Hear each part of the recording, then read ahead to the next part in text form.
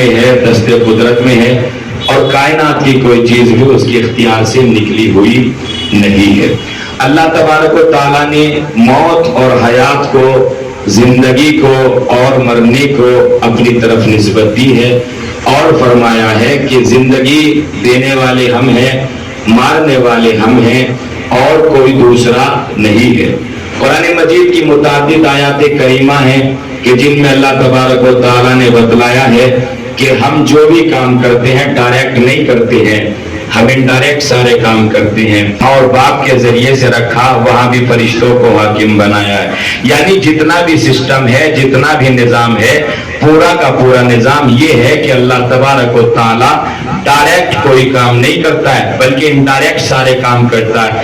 اس کائنات میں جتنے بھی کام آپ دیکھیں گے، کوئی بھی کام آپ کو اللہ کا ڈائریکٹ نظر نہیں آئے گا، بلکہ اللہ تبارک و تعالیٰ کچھ خاص شخصیات کو رتبہ عطا کرتا ہے اور ان سے کام لیتا ہے۔ اللہ مجبور تھوڑا ہی ہے جو کسی سے مدد لے گا، جو کسی سے مدد لے نہ اللہ ہوتا ہے نہ ولی اللہ ہوتا ہے۔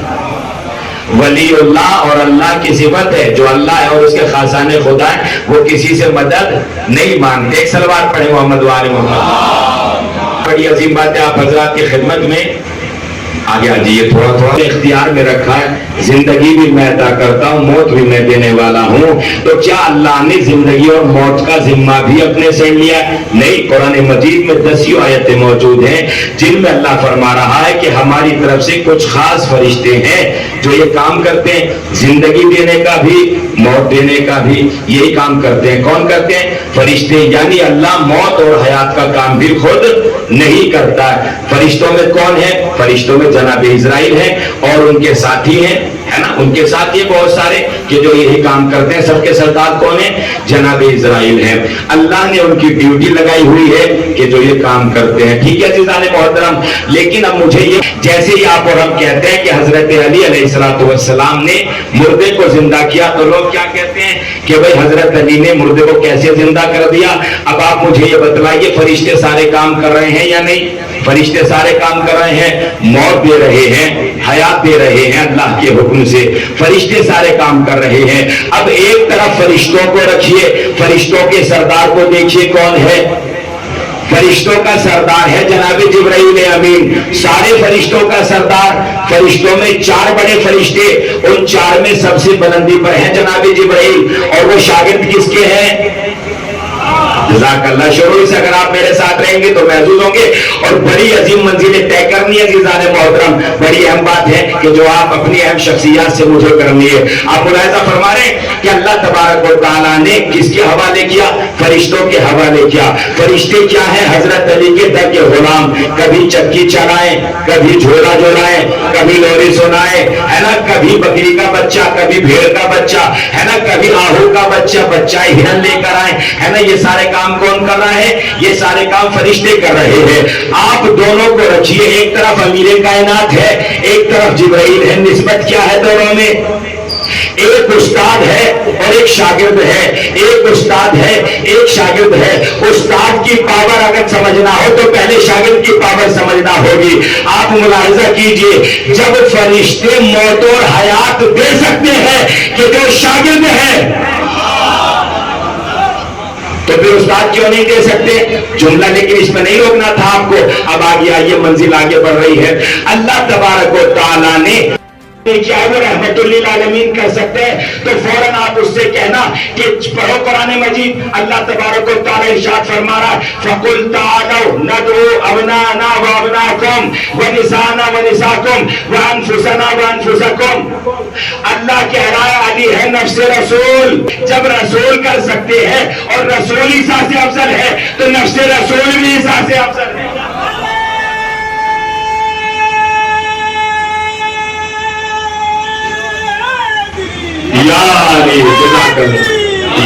میں وہ فرق بتانے جا رہا ہوں عزیزان محترم۔ انہی 3 شخصیات کے بارے میں 3 لوگوں نے آپس میں سلام مشورہ کیا، رحمت للعالمین کے پاس ہے۔ آنے کے بعد کہتے ہیں کہ اللہ کے نبی، آپ اپنے آپ کو عیسیٰ سے افضل بتلاتے ہیں، آپ نے جناب عیسیٰ کی طرح مردے زندہ نہیں کیے، آپ جیسے انہوں نے ہے نا گائے کے ذریعے سے اس آدمی کو زندہ کیا۔ علی میرا شاگرد ہے،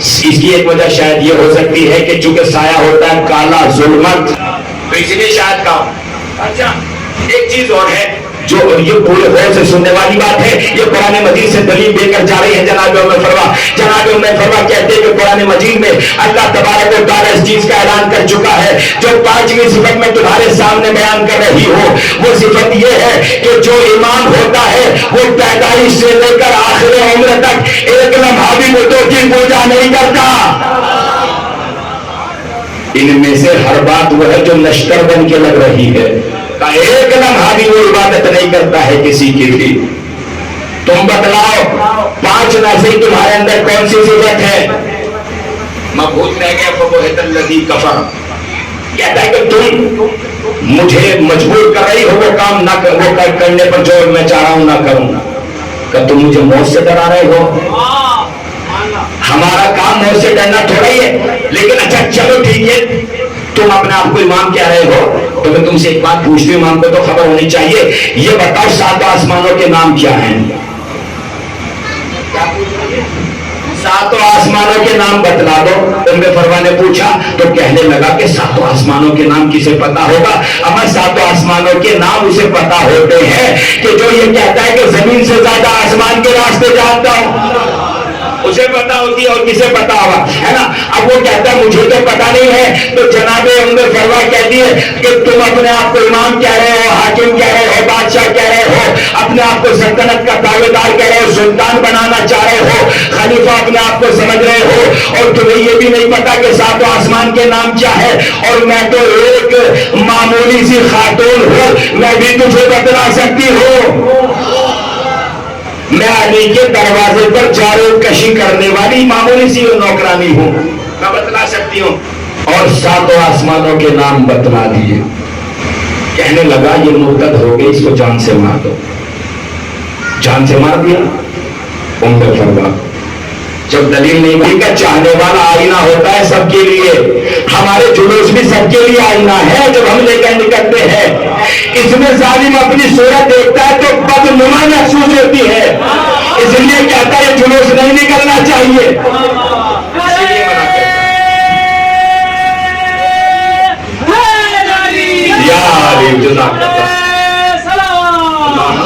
محمد محمد مار دیا، قتل کر دیا گیا.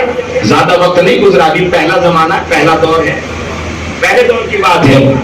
حضرت امیر علیہ السلام بیلچہ لے کر گئے ہوئے تھے باغ میں، واپس آ رہے تھے. آپ کو پتہ چلا کہ آپ کی طرف سے لڑنے والی ولایت کا دم بھرنے والی کو شہید کر دیا گیا.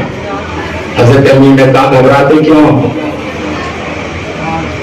وہ مارنا چاہیں گے، ہم ایسی زندگی عطا کریں گے کبھی مار نہیں پائیں گے. حضرت علی کو ماننے والوں کو یہ چاہتے ہیں کہ عزادار ختم ہو جائیں. ایک عزادار نہیں. چلیے عزادار کی تو بات یہ ہے کہ یہاں کی وہ بات کی جائے جو انٹرنیشنل لیول پر ہے. یہ سوچتے ہیں قاسم سلیمانی کو مار دیں، یہ سوچتے ہیں حسن نصر اللہ کو مار دیں، لیکن جانتے ہیں ہر گلی کوچے میں لکھا ہوا ملتا حسن نصر اللہ ایک نہیں تھا، ہر ایک حسن نصر اللہ ہے. اگر تم نے چھیڑا ہر آدمی حسن نصر اللہ بن گئے. حضرت امیر کو پتا چلا. جناب سلمان کہتے ہیں کہ میں نے حضرت امیر سے کہا یا علی آئیے مشکل کشائی فرمائیے. آپ آئے. حضرت امیر علیہ السلام اور دیکھنے والوں نے دیکھا کہ جناب ام فروا جہاں پر دفن کی گئی تھی اور آپ کا جنازہ تھا اس جگہ پر 4 پرندے ہیں انوکھے عجیب طرح کے جو آج تک کسی نے نہیں دیکھے تھے. ان کی لال چونچ تھی اور اس کے اندر انار کا ایک دانہ تھا. انہوں نے حضرت علی سے کچھ کہا تو حضرت علی نے فرمایا ان کے جواب میں افعال افعال، ہاں میں یہی کرنے جا رہا ہوں، میں یہی کرنے جا رہا ہوں. اور وہ ہم شاید حضرت علی نے فرمایا مجھے تو تم سے زیادہ اپنے چاہنے والوں کی فکر ہے، اس لیے کہ میرے چاہنے والے مجھے یاد کرے نہ کرے میں ان کو نہیں بھولتا ہوں. بارہویں امام کا قول ہے جو ہم نے آپ کے بارے میں یہ تو فرماتے قبر پر آئے، آپ نے قبر سے خطاب فرمایا تم بے اذنی کہا مردہ زندہ ہو گئی. جانتے ہیں کب تک زندہ رہی؟ حضرت علی کے بعد تک. لیکن اس کے بعد بھی اس نے ولایت کا دم بھرنا نہیں چھوڑا. جہاں موقع ملتا تھا وہی شکون ہے اور چھیڑا کہ ہم نے 1 مرتبہ قتل کیا علی نے زندہ کیا، اگر 70 مرتبہ قتل کریں گے، علی پھر زندہ کر دیں گے، یہ پہلے سے خطرناک ہو جائے گا، ہم علی کے منہ ظاہر ہو جائیں گے۔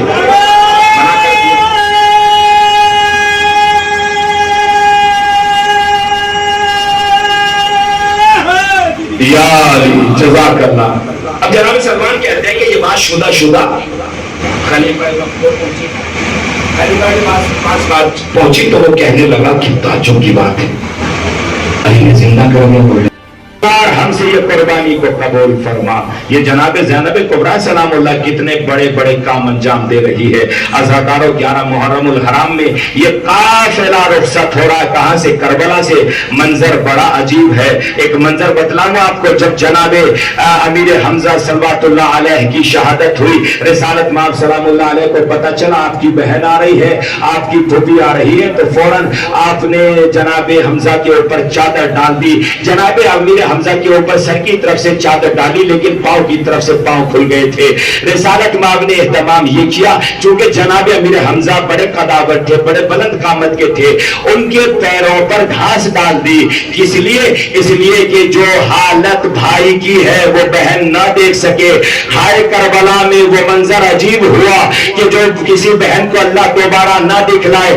ظالموں نے کہا ہم اہل بیت کو وہاں سے لے کر جائیں گے جہاں زینب کے بھائی لیٹے ہوئے ہیں۔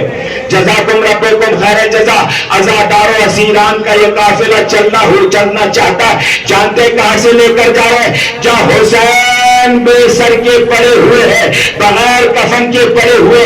اور عزاداروں سنیں گے آپ، جناب سید سجاد نے اپنے بابا کو دیکھا تو چہرے کا رنگ متغیر ہو گیا، بدلنے لگا۔ جناب زینب کہتی ہے اے بیٹا ابھی تو منظر شروع ہوئی ہے، میں یہ کیا دیکھ رہا ہوں؟ فرماتے ہیں کہ اے پھوپھی جان اصل میں بات یہ ہے کہ دیکھیے تو صحیح، بابا کا جنازہ سامنے پڑا ہے اور جوان بیٹا ہے، ہاتھوں میں ہتھکڑیاں، پاؤں میں بیڑیاں، گلے میں قید خاردار تو جزاک اللہ خدا کسی غم میں نہ رلائے۔ تو بھی اما ذرا دیکھیے تو صحیح، میری مجبوری تو دیکھیے۔ عزادار یہ قافلہ اور آگے بڑھا، سروں کو ساتھ میں لے جایا جا رہا ہے۔ ایک جگہ پر جا کر سر حسین کو جب ایک صندوق میں بند کر دیا گیا اور سارے سروں کو بھی صندوقوں میں بند کر دیا گیا، اور ایک منزل کے بعد جب دوبارہ سے سروں کو نکالا گیا نوکر نیزہ پر بلند کیا جائے، تو سب سے پہلے حسین کے صندوق کے پاس آئے۔ صندوق جو کھولا تو کیا دیکھا؟ حسین کا سر موجود نہیں۔ ظالم آگے بڑھا، تازیہ نہ لے کر سید سجاد بتاؤ تمہارے بابا کا سر کا؟ سید سجاد کہتا ہے میں نے تو بابا کے سر کو دیکھا بھی نہیں ہے، تم مجھ سے کیا پوچھتے ہو؟ اس نے تازیانہ فضا میں لہرا۔ سید سجاد فرماتے اگر تم کو دیکھنا ہی ہے تو صندوق میں دیکھو جہاں اکبر کا سر رکھا ہوا ہے۔ عزاداروں سنیں گے آپ، مجلس رحمت تمام ہو رہی ہے، آخری فکرہ جناب سید سجاد نے فرمایا صندوق میں جا کر دیکھو کہ جس میں اکبر کا سر ہے۔ اب جو صندوق کھولا گیا تو اکبر کے صندوق میں جہاں اکبر کا سر تھا وہی برابر میں حسین کا سر تھا، لبوں پر لبوں کو ملایا ہوا، رخسار سے رخساروں کو ملایا ہوا تھا۔ ایسا لگ رہا تھا جیسے اکبر کو سینے پر لٹا رکھا ہو۔ اے میرے اکبر بہت دن ہو گئے تھے آپ سے بچھڑے ہوئے، ہم آج ملے ہیں۔ اکبر تم بابا کی شبیہ ہو۔ اللہ لعنت اللہ علی القوم الظالمین وسيعلم الذين ظلموا أي منقلب ينقلبون إنا لله وإنا إليه راجعون رضا بقضائه وتسليما لأمره مات الحسين۔